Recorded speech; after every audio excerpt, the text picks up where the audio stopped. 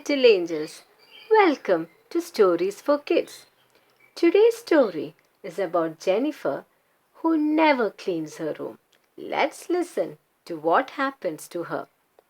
The Big Tidy Up, written by Nora Smaridge and illustrated by Leigh Gray.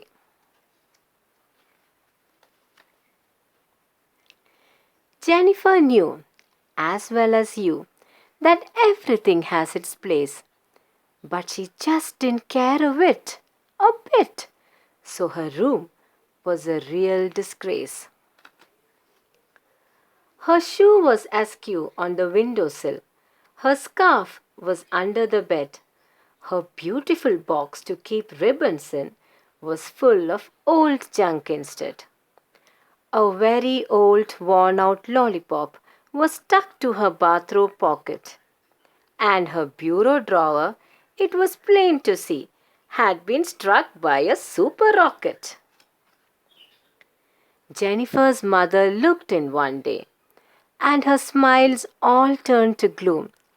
She couldn't disguise her shocked surprise at the state of Jennifer's room. "Your new blue sweater is not the thing to try on the cat," she said. "Why is your doll on the closet floor? And what's that lump in your bed?" "You must like to live in a mess, I guess, with your things all every which way. So I won't touch your room with my mop and broom from now until Christmas Day. But we don't want people to see this room with your things all lying about." So on Jennifer's door, she quickly hung a very big sign, "Keep out." Jennifer had a lovely time for 2 or 3 days or more. She set her hat on the ivy plant and she hung her jeans on the floor. Her comb, 2 hankies, and 1 white glove fell under the bedside chair. So did her slip with a great big rip, and Jennifer left them there. Under her pillow she kept some pie to eat when she woke at night, and a nice raw carrot or two to chew to give her an appetite. She did her homework in ink, I think, as she lay flat down on the bed.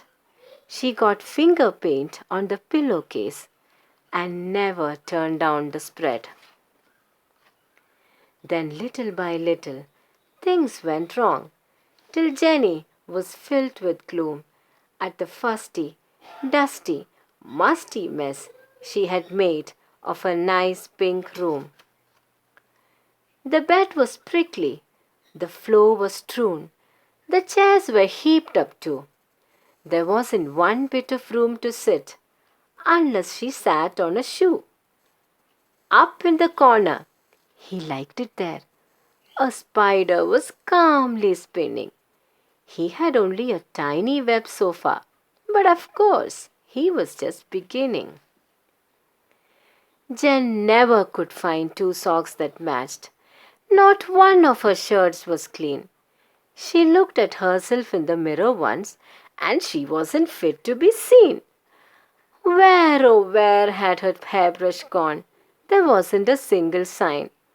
Her hair stuck out all over her head, so she looked like a porcupine.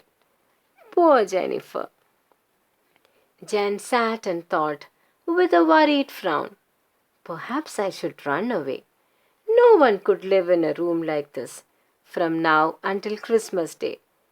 But it wouldn't be fun to run and run, then have to sleep in a stall or a spooky wood. Though of course I could, and not have a room at all.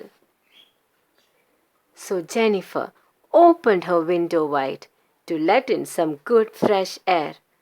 The spider gave her a nasty look and scuttled off who knows where.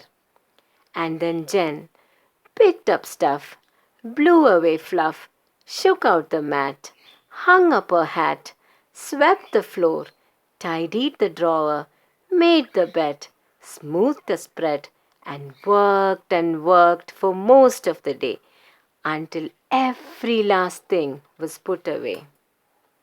And at last, when her room was neat as a pin, she hung up a very big sign. Come in! So, my dear angels, everything has its place. So, next time when your mother asks you to pick up your toys, clean your room, tell, "Yes, Mama," and run and do it with a big smile. So, until next time, bye bye.